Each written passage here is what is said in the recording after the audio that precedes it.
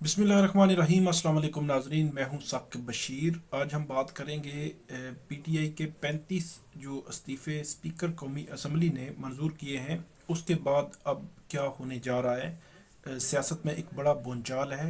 अदालतें इस हवाले से पहले क्या कहती रही हैं, क्या क्या ऑप्शंस हैं, और ख़ास तौर पर इससे कबल जब 11 इस्तीफ़े मंजूर किए गए थे तो उस वक़्त पीटीआई के वकील ने अदालत में क्या कहा था, और क्या वो उनका इसरार था कि क्यों वो कह रहे थे कि 11 इस्तीफ़े मंजूर न किए जाएं। लेकिन अदालत ने कौन सी शर्त रखी थी, जिस शर्त पर वो आमादा नहीं हुए, उसके बाद वो इस्तीफ़े 11 मंजूर हो गए और उसके बाद वहाँ इलेक्शन हुआ और 11 की 11 सीटों पर जो 10 या 11 सीटों पर जो इलेक्शन था वो इमरान खान ने लड़ा। तो अब जो है वो क्या होने जा रहा है।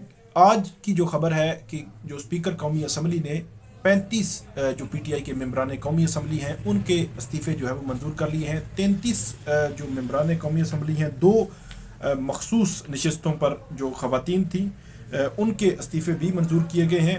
और इसमें ख़ास तौर पर तकरीबन 2 रोज़ कबल जो है वो इमरान खान उनकी जानिब से ये इशारा दिया गया था कि वो दोबारा कौमी असम्बली में आ सकते हैं। और उसमें बुनियादी पॉइंट ये था कि जो वज़ीर आज़म शहबाज शरीफ हैं, उनके ख़िलाफ़ जो अदम एतमाद की तहरीक या उनको एतमाद का वोट लेने के हवाले से बातचीत चल रही थी। इसके अलावा उनका ये भी कहना था कि आइंदा जो जनरल इलेक्शन होंगे उन जनरल इलेक्शंस के लिए जो निगरान वज़ीर आज़म होगा वो भी लाना, उसमें अपनी मुशावरत और सारे मामलात जो है वो आगे बढ़ाना भी शामिल था।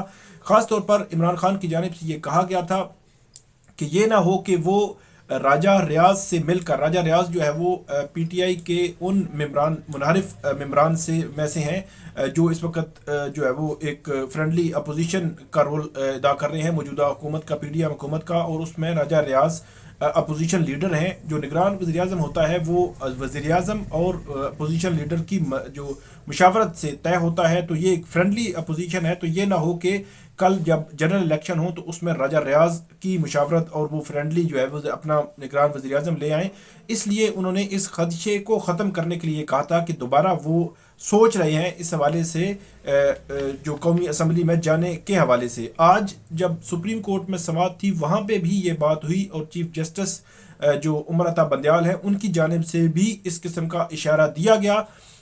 और उससे बज़ाहिर ये लग रहा था कि शायद उनकी जानिब से भी ये कहा गया कि अखबारात में उन्होंने पढ़ा है कि पीटीआई भी दोबारा कौमी असम्बली में जाने के लिए सोच रही है।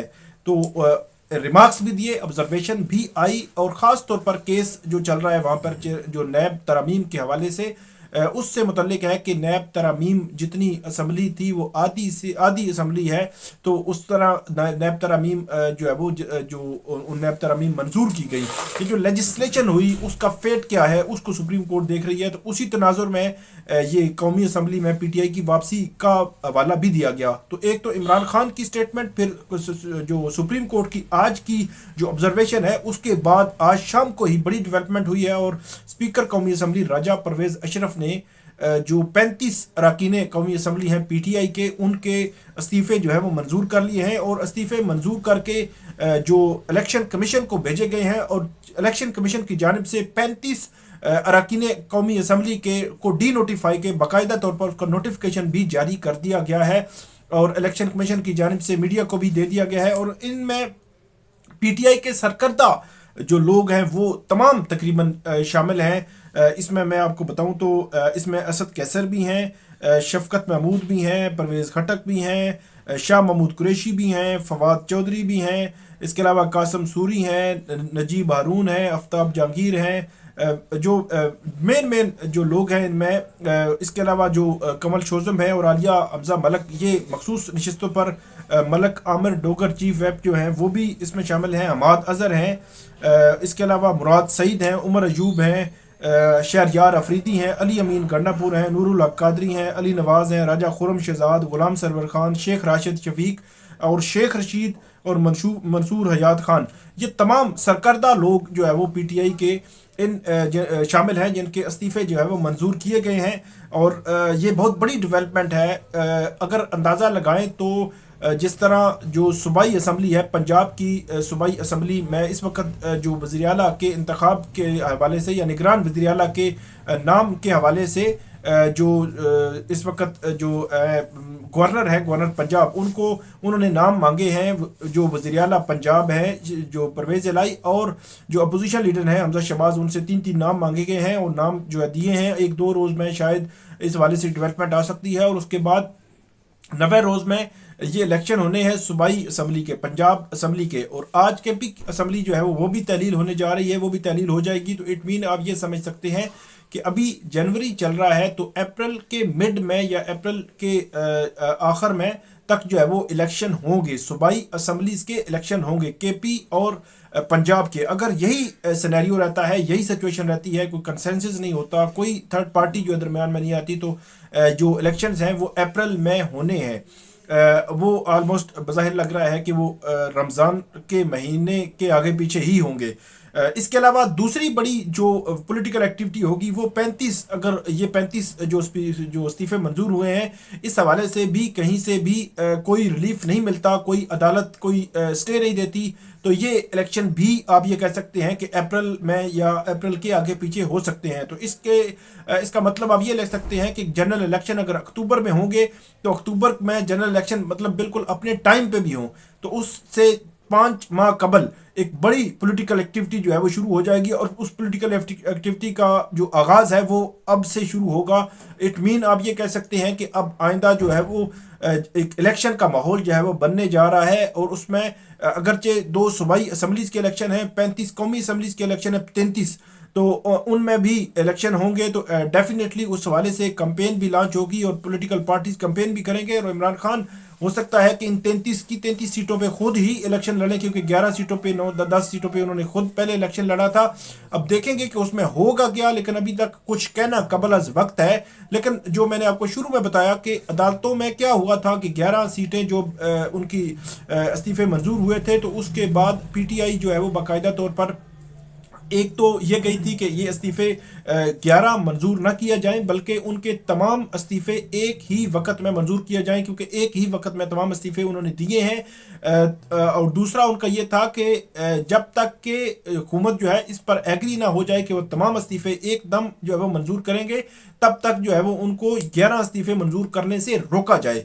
लेकिन हुआ कुछ यूँ था कि अदालत ने ये कहा था कि अगर आप ये छोटी देते हैं कि आप इस्तीफे अगर आपके मंजूर नहीं होते तो आप असम्बलियों में वापस जाएंगे। ये जो साबिक चीफ जस्टिस हैं अतर मिनल्ला, उनकी कोर्ट में ये केस था। बैरिस्टर अली जफर जो है वो आर्गू कर रहे थे और उन्होंने जो जनरल जो इलेक्शन हुए थे 11 सीटों पे, उस वक्त उन्होंने बहुत इसरार किया था। उन्होंने कहा था कि आप हमें ऐसा कोई हम लिख के नहीं दे सकते, लेकिन यह है कि अदालत इस हवाले से हमें जो 11 इस्तीफे है वो मंजूर ना करे और इलेक्शन कमीशन का जो नोटिफिकेशन है इसमें इलेक्शन कराने के हवाले से वो कलअदम करार दिया जाए और हुकूमत को ये ऑर्डर किया जाए कि तमाम इस्तीफे मंजूर किए हैं। तो अदालत ने ये कहा था कि तमाम का हम नहीं कह सकते, लेकिन क्योंकि उसमें जो स्पीकर कौमी असम्बली ने अपना माइंड अप्लाई करना होता है। उस वक्त स्पीकर कौमी असम्बली ने यह भी कहा था कि वो 11 इस्तीफे इसलिए मंजूर कर रहे हैं क्योंकि उन्होंने पब्लिकली असम्बली में खड़े होकर इस्तीफे दिए, तो इसलिए उन्होंने मंजूर कर लिए। तो बाकी इस्तीफे मंजूर नहीं कर सकते, 1 बाई 1 आएंगे, सुनेंगे, उसके बाद इस्तीफे मंजूर करेंगे। तो अब इस वक्त क्या 35 लोगों को उन्होंने सुना, प्रोसेस फॉलो किया, कानून में जो प्रोसेस दिया गया है वो फॉलो किया?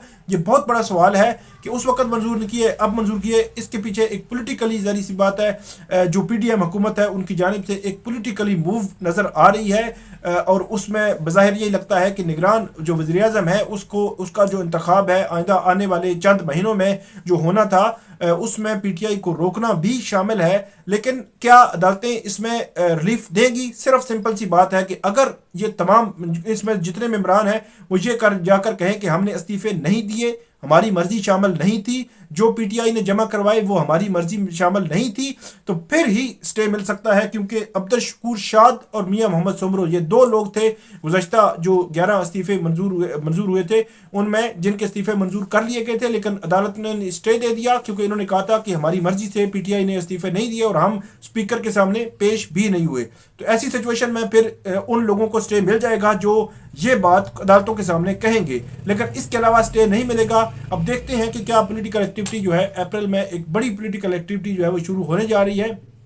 जो भी अपडेट आइंदा होगी वो भी हम आपके साथ शेयर करेंगे। बहुत शुक्रिया।